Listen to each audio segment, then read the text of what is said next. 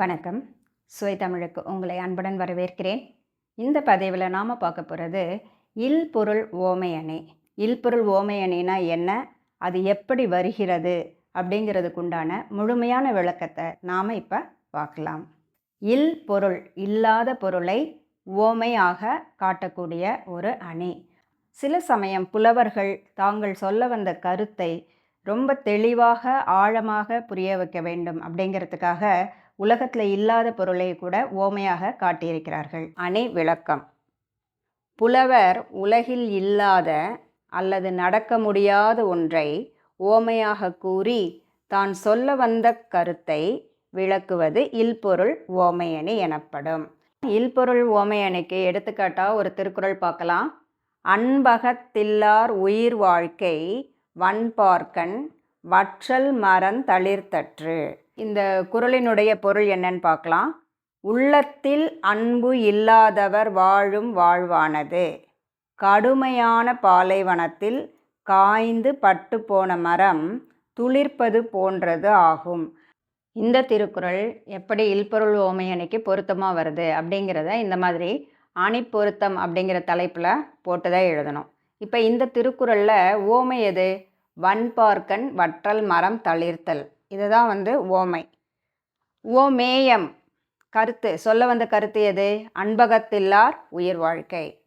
அன்பு மனதில் இல்லாதவருடைய உயிர் வாழ்க்கைக்கு தான் ஓமையாக இந்த வன்பார்க்கன் வற்றல் மரம் தளிர்த்தல் அப்படிங்கிறத திருவள்ளுவர் சொல்லியிருக்கார். இப்போது இதுக்கு கீழே இந்த மாதிரி ஒரு முடிவு, ஓமையம் எழுதினதுக்கப்புறம் இந்த மாதிரி ஒரு முடிவு கண்டிப்பாக எழுதணும்.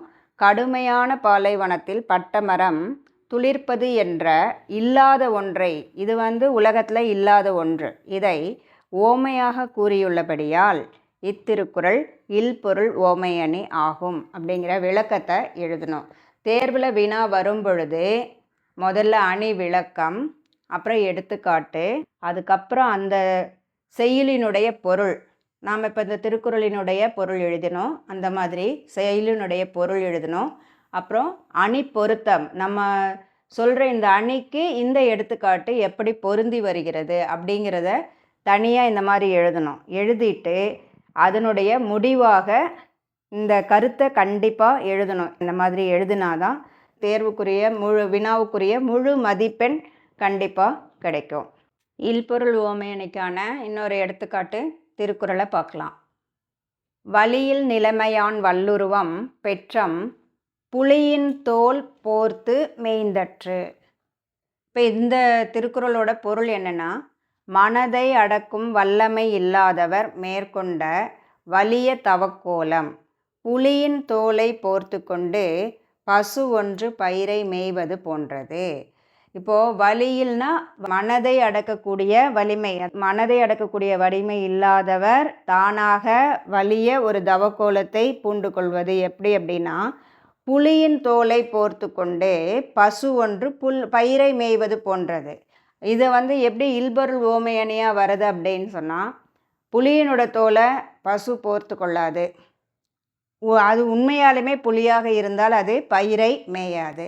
இப்படி இல்லாத ஒன்றை ஓமையாக சொன்ன காரணத்தினால இந்த திருக்குறள் இல்பொருள் ஓமையணிக்கு ஒரு எடுத்துக்காட்டு. முதலில் அணி விளக்கம், அப்புறம் எடுத்துக்காட்டு, அப்புறம் பொருள். அது எப்படி இந்த இல்பொருள் ஓமையணிக்கு பொருந்தி வருகிறது? அணி பொருத்தம். ஓமை பெற்றம் புலியின் தோல் போர்த்து மேய்ந்தற்று. பெற்றம்னா பசு. இப்போது ஓமேயம் வலியில் நிலைமையான் வல்லுருவம். இது இல்லாத ஒன்றை ஓமையாக சொன்ன காரணத்தினால் இந்த திருக்குறள் இல்பொருள் ஓமையணி. அடுத்தது மாலை வெயிலில் மழை தூறல் பொன்மழை பொழிந்தது போல. இப்போ பொன்மழை பொழிந்தது போல அப்படிங்கிறது இல்லாத பொருள். அப்படியெல்லாம் ஒன்றும் தங்க மழையெல்லாம் எப்போவும் உலகத்தில் பொழியாது. அப்போ இல்லாத பொருளை இங்கே ஓமையாக சொல்கிறதுனால இது இல்பொருள் ஓமையணி தான். அதே மாதிரி காளை கொம்பு முளைத்த குதிரை போல பாய்ந்தது. அது ரொம்ப வேகமாக வருது அப்படிங்கிறதுக்கு ஒரு உதாரணமாக ஒரு ஓமையாக எதை சொல்லுவாங்க அப்படின்னா, கொம்பு முளைத்த குதிரை போல. குதிரைக்கு கொம்பு இருக்காது. அப்போ கொம்பு முளைத்த குதிரை போல அப்படிங்கிறது இல்பொருள் ஓமை. இல்பொருள் ஓமையணியை விளக்கு அப்படின்னு ஒரு வினா வந்துச்சுன்னா அதுக்கு சரியான விடையை சரியான முறையில் எழுதினால் முழுமையான மதிப்பெண்கள் நிச்சயம் பெறலாம். இதுவரையிலும் இல் பொருள் ஓமை அணியை பற்றிய முழுமையான விளக்கத்தை 2 எடுத்துக்காட்டு திருக்குறள்களோட தெளிவாக பார்த்தோம். இல்பொருள் ஓமை அணி தேர்வுக்கு ஒரு வினாவாக வந்தால் அதை எப்படி விளக்கமாக எழுதி முழு மதிப்பெண்கள் பெறுவது அப்படிங்கிற உண்டான விளக்கத்தையும் இதில் பார்த்தோம். இந்த பதிவு பார்க்கக்கூடிய உங்களுக்கு மிகவும் பயனுள்ளதாக இருக்கும் என்று நம்புகிறேன்.